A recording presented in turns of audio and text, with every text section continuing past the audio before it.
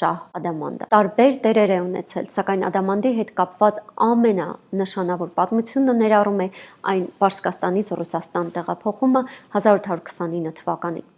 1829 թվականի հունվարի 30-ին մոլերանտ մուսուլմանների խառնամբոխը հարձակվեց Պարսկաստանում Ռուսաստանի դեսպանատան վրա։ Ռուս դիվանագետ և գրող Ալեքսանդր Գրիբայեդովը և դեսպանատան 37 աշխատակիցներ սպանվեցին բռնությունների ժամանակ։ Խառնամբոխը Գրիբայեդովի մարմինը անդամահատեց և անճանաչելիության աստիճան այլանդակեց։ Գրիբայեդովի սպանությունն անմիջապես Ռուսաստանում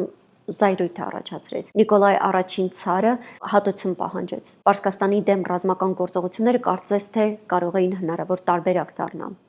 Դիվանագիտական սկանդալը հարթելու նպատակով Պարսկաստանի Ֆաթհ Ալի Շահն իր թոռնիկ Խոսրով Միսրային ուղարկեց Սանկտ Պետերբուրգ ներողություն խնդրելու և ցար Նիկոլայ I-ին նվերներ փոխանցելու համար։ Նվերների թվում էր նաև Շահ Ադամանդը։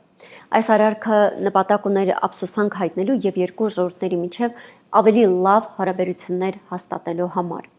Շահ Ադամանդը հանձնվեց Նիկոլայ I ցարին և նման արժեքավոր նվերը հարթեցրեց ամեն ինչ